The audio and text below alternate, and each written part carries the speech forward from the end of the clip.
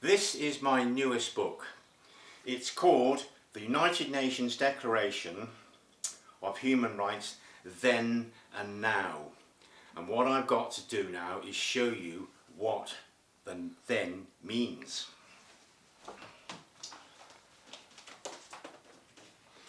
Back in 1985, 40 years ago, I had 2 slide packs published. And this was in the era where slides were being phased out for the onset of video.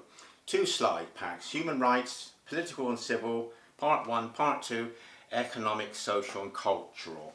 Now each pack had a booklet to be used by teachers. And of course by today's standard, this book's rather rudimentary.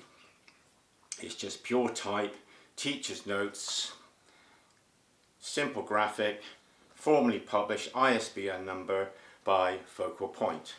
The teacher would have a tight grip on those notes and she or he would project the slides.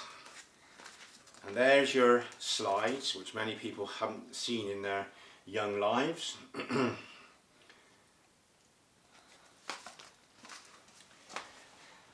I decided to produce a book to celebrate 40 years of me tracking human rights.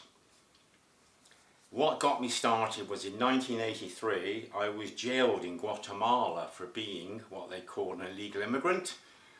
I call myself a political prisoner because 3 years earlier the Guatemalans gave me a tourist card in Paris because we didn't have diplomatic relations with Guatemala because the country wanted Belize, and when Britain gave Belize its independence, Guatemala said we should have given them Belize.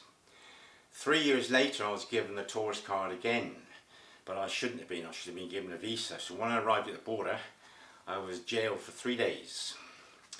Then in 2008 I was also jailed in Guinea because I was confused with Mark Thatcher, Mrs. Thatcher's son, because there was a coup in Guinea and I didn't know there was a coup because I was on a canoeing expedition, and when I finished I went to a village and a man put me up in his bungalow, and in the middle of the night the village elders got me up, sat me in a wooden chair, shone lights in front of my face.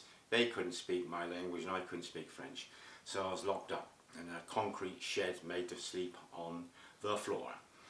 Anyway, I was released next day after they could see from my travel itinerary that I was going home on January the 3rd. Now when I produced those slide packs I gave myself 18 months for that project, but I could not illustrate all the 30 UN Declaration articles. How could I, for example, show a picture that proved a person was out of work or that someone's got the right to a nationality? Over the ensuing decades I collected pictures which I used in human rights lessons, especially at summer school for 12 seasons.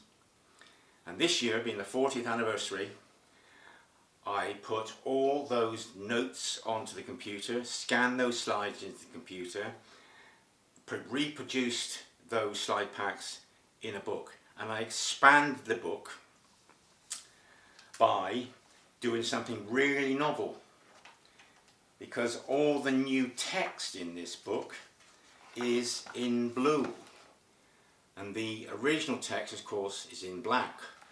And if you look at the new pictures in this book, such as the cigarettes, the caption's in blue, and the Mother Teresa patient, the caption's in black. Now a lot of people don't know what this book is really trying to portray. Someone said, oh, looks like you're going to be going on a demonstration. Then another fellow said, oh, I hope it's not controversial. You're not going on about Gaza, are you? Well, Gaza is mentioned because I dedicated this book. I said, dedicated to the Palestinians who welcomed me when I visited the Gaza Strip in 1977. This book has been proofread by 3 people, and they all say I adopt an even hand in just explaining what the articles mean and using pictures to show promotion and violations of human rights. I'm not trying to make political points because I'm not a follower of one political party. So this is an objective, simple read, originally written for teachers to disseminate information to secondary school children, and for them to read this book because it's full of probing points. There's open-ended questions and thought-provoking questions, and furthermore it's been expanded to interest the wider audience who aren't teachers, who aren't school children. So I'm going to now take this book to various book fairs, such as in Burnham-on-Sea, which is September this year, and to other book fairs, have it sold in a few shops, and shops that sell ethical products, eco-friendly products, they're interested in human rights. They're the type of shops who want to stock this book. So thanks for your attention.